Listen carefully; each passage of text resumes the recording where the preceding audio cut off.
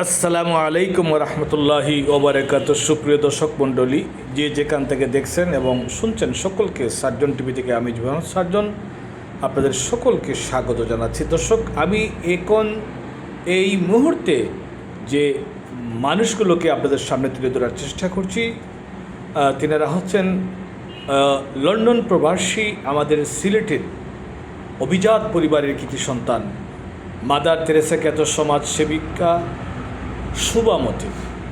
যে মানুষটি আসলে কি বলবো, শুধু ইংল্যান্ড থেকে বসে নিজের দেশের যুব সমাজ, বেকারত্ব যুব সমাজ, নারী সমাজকে নিয়ে যে মানুষটি কাজ করছেন, তিনি আসলে এই বয়সেও এসেও আমরা দেখতে পাই তার বিভিন্ন সামাজিক অনুষ্ঠানে তিনি কাজ করছেন।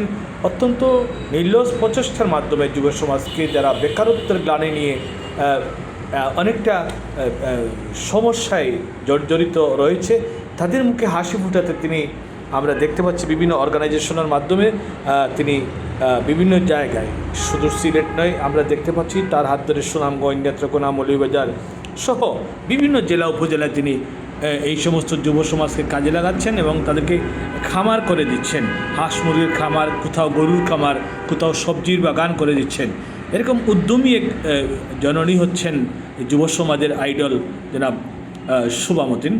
আমি বলি এই কথার যে তিনি তার বাড়ি চৌকি দিগিস্থ, সেখানে একটি সুইমিং পুল রয়েছে, আপনারা দেখেছেন। সেই সুইমিং পুলের প্রতিষ্ঠাতা, যেই সময় বর্ষাকাল এলেই আমরা দেখতে পাই বাচ্চা কাচ্চারা অনেকটা তারা পানিতে ডুবে মারা গেছে, তখন তিনি তার চিন্তা থেকে এই কাজটি করেছেন। এখন পর্যন্ত তাদের এই প্রতিষ্ঠান থেকে হাজার হাজার শিক্ষার্থী বেরিয়ে গেছেন, যারা আজকে পুরোদমে সাঁতার জানেন। এই বই নেই যে তারা কোথাও গিয়ে ডুবে মারা যাবেন, এই বই আর নেই। তো এই ব্রিটানিয়া সুইমিং পুলের প্রতিষ্ঠাতা হিসাবে তিনি রয়েছেন। আজ আমরা দেখতে পাই তিনি এই সিলেট থেকে ওই গ্রামে, ওই গঞ্জে, ওই জায়গায় সর্বত্রই কিন্তু তিনি কাজ করছেন। তার দেখানো পথ ধরে যুব সমাজ আজ স্বাবলম্বী।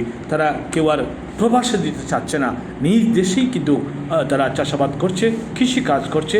তারা এরকম একটি দৃশ্যের আমি ভিডিও ধারণ করছি। দর্শক দেখুন, এটা বেশ কয়েক মাস আগের ভিডিও ধারণ ছিল আমার। সেখানে দেখুন বিভিন্ন প্রজাতির হাঁস, মুরগ, এমনকি এমন বিরল প্রজাতির কিছু পাকপাখালিও রয়েছে, যেটা আমরা এই খামারে আমরা দেখিয়েছি।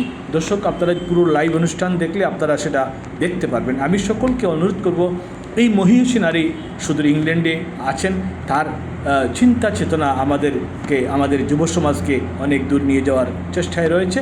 আর তিনি যে এমনটি করেছেন, আমরা লক্ষ্য করছি তিনি দিনরাত পরিশ্রম করছেন এবং এখন পর্যন্ত তিনি লন্ডন সেখানে বিভিন্নভাবে টাকা সংগ্রহ করে আমাদের দেশের যুব সমাজকে কাজে লাগাচ্ছেন।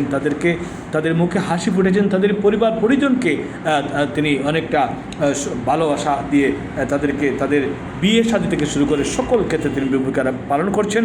এই জন্য তার প্রতি আমারও রয়েছে বিনম্র শ্রদ্ধা, ভালোবাসা।